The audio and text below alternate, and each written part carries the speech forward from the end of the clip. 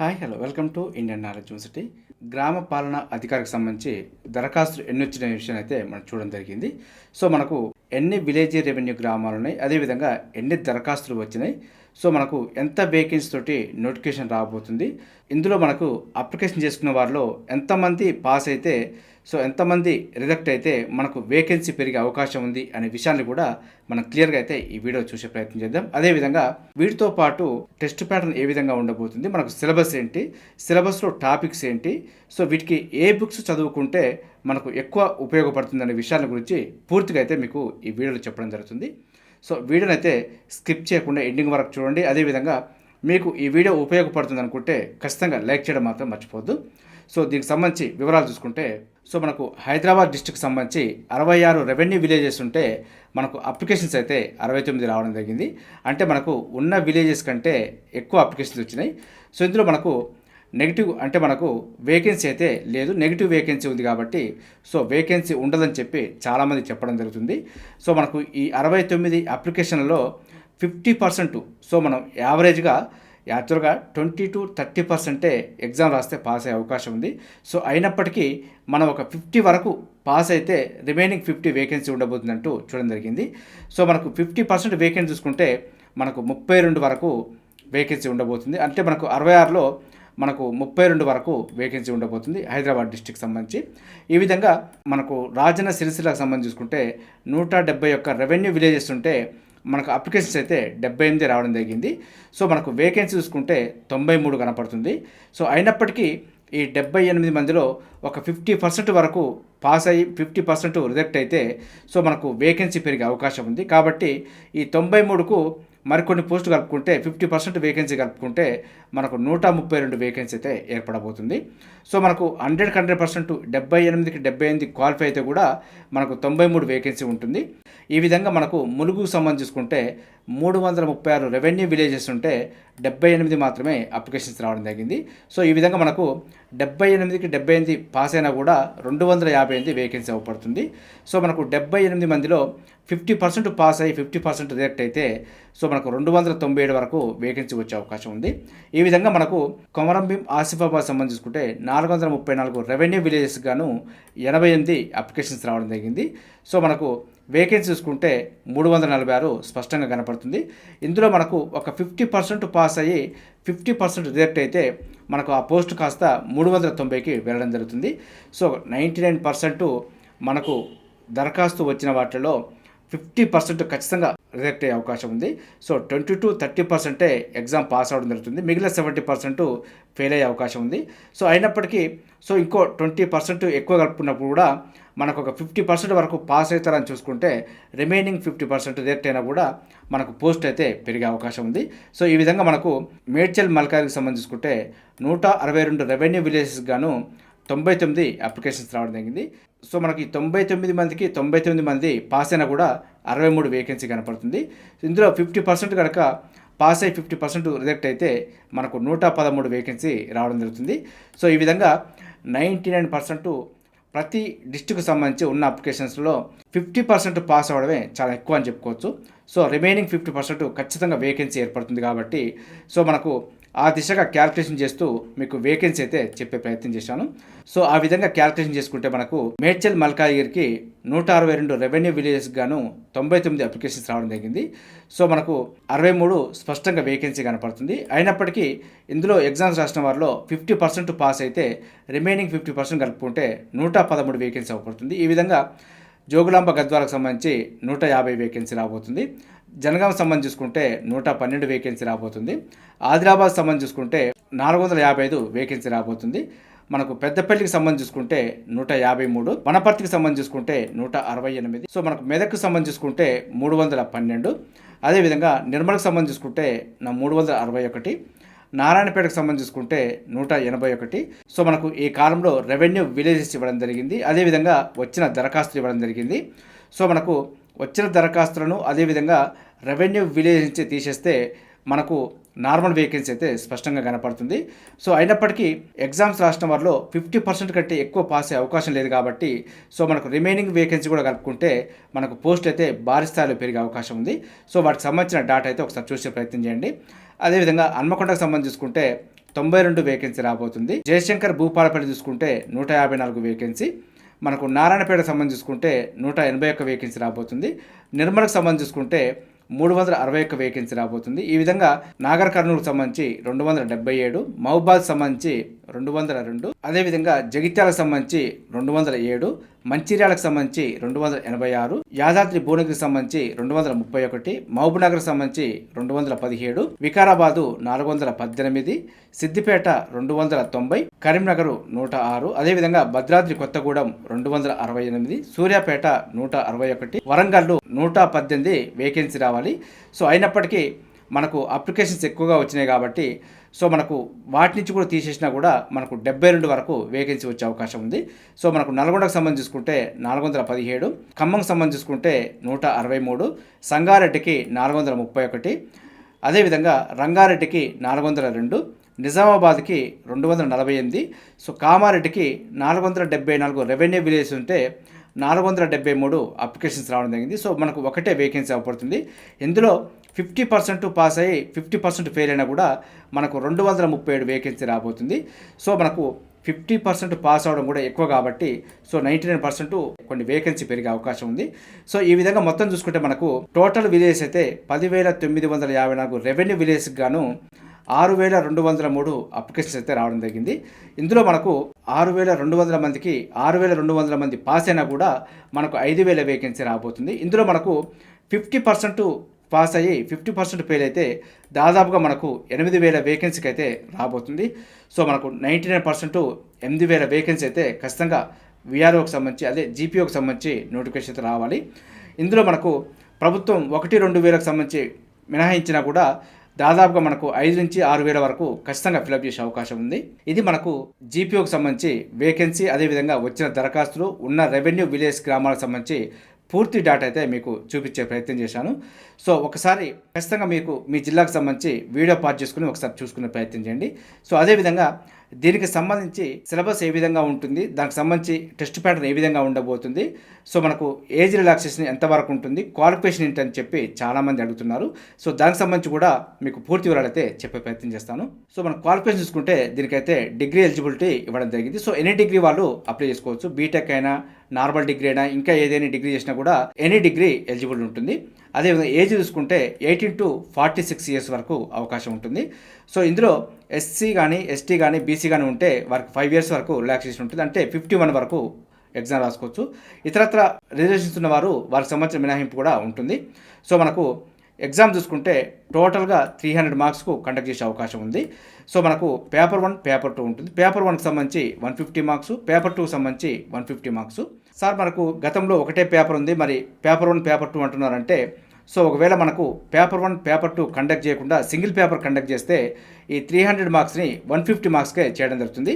So ఈ 150 మార్క్స్లో paper 1లో ఉన్న సిలబసే ఉంటుంది, అదేవిధంగా పేపర్ 2లో ఉన్న సిలబసే ఉంటుంది. మనకు 2 పేపర్గా విభజించినప్పుడు గతంలో ఉన్న విఆర్ఓ సిలబస్నే మనకు ఇందులో పేపర్ 1గా సగం సిలబస్ను, పేపర్ 2గా సగం సిలబస్ను ఇవ్వడం జరుగుతుంది. సో దీనికి సంబంధించిన సిలబస్ చూసుకుంటే మనకు పేపర్ 1 జనరల్ నాలెడ్జ్ ఉంటుంది, పేపర్ 2 అనేది సెక్రటరియల్ ఎబిలిటీ ఉంటుంది. సో మనకు జనరల్ నాలెడ్జ్కి సంబంధించిన సిలబస్, అదేవిధంగా సెక్రటరియల్ సంబంధించిన సిలబస్ను కూడా పూర్తిగా చూసే ప్రయత్నం చేద్దాం. అదేవిధంగా వీటికి ఏ బుక్స్ చదువుకుంటే ఎక్కువ స్కోర్ వచ్చే అవకాశం ఉందనే విషయాన్ని కూడా మీకు చూపించే ప్రయత్నం చేస్తాను. జనరల్ నాలెడ్జ్కి అయితే కరెంట్ అఫైర్స్ ఉంటుంది, అదేవిధంగా జనరల్ సైన్స్ ఉంటుంది, జాగ్రఫీ అండ్ ఎకానమీ ఉంటుంది. ఇది ఇండియాకు మరియు తెలంగాణకు సంబంధించిన టాపిక్స్ ఉంటాయి. అదేవిధంగా పాలిటీ, మనకు మోడర్న్ హిస్టరీకి అయితే ప్రాధాన్యత ఇవ్వడం జరిగింది. సో మనకు జాతీయోద్యమం మీద ఎక్కువ ఫోకస్ చేసే అవకాశం ఉంది. హిస్టరీ ఉంది, హిస్టరీలో మనకు మోడర్న్ హిస్టరీ ఎక్కువ ఫోకస్ చేయడం జరిగింది. అదేవిధంగా తెలంగాణ హిస్టరీ ఉంటుంది, అదేవిధంగా తెలంగాణ మూవ్మెంట్ ఉంటుంది. ఇందులోనే మనకు సాహిత్యం, సంస్కృతి నుంచి కూడా రావడం జరుగుతుంది.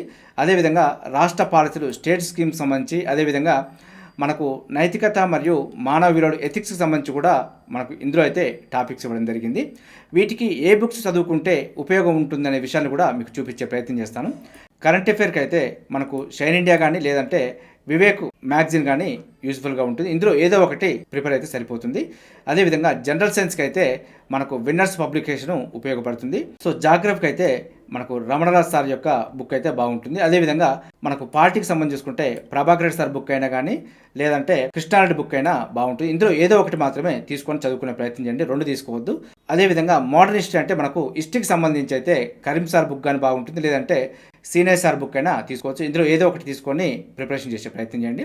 అదేవిధంగా తెలంగాణ చరిత్ర మరియు ఉద్యమానికి సంబంధించి చూసుకుంటే పిఎన్ఆర్ పబ్లికేషన్ బాగుంటుంది. సాహిత్య మరియు సంస్కృతికి అయితేనేమో రఘుదేపాక సార్ యొక్క బుక్ బాగుంటుంది.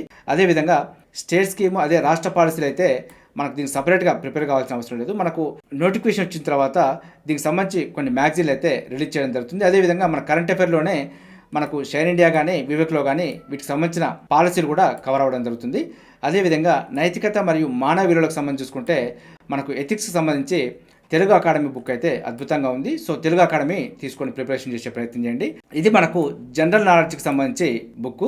అదేవిధంగా మనకు పేపర్ 2 సంబంధించి చూసుకుంటే ఇందులో బేసిక్ ఇంగ్లీషు 8th స్టాండర్డ్ ఉంటుంది.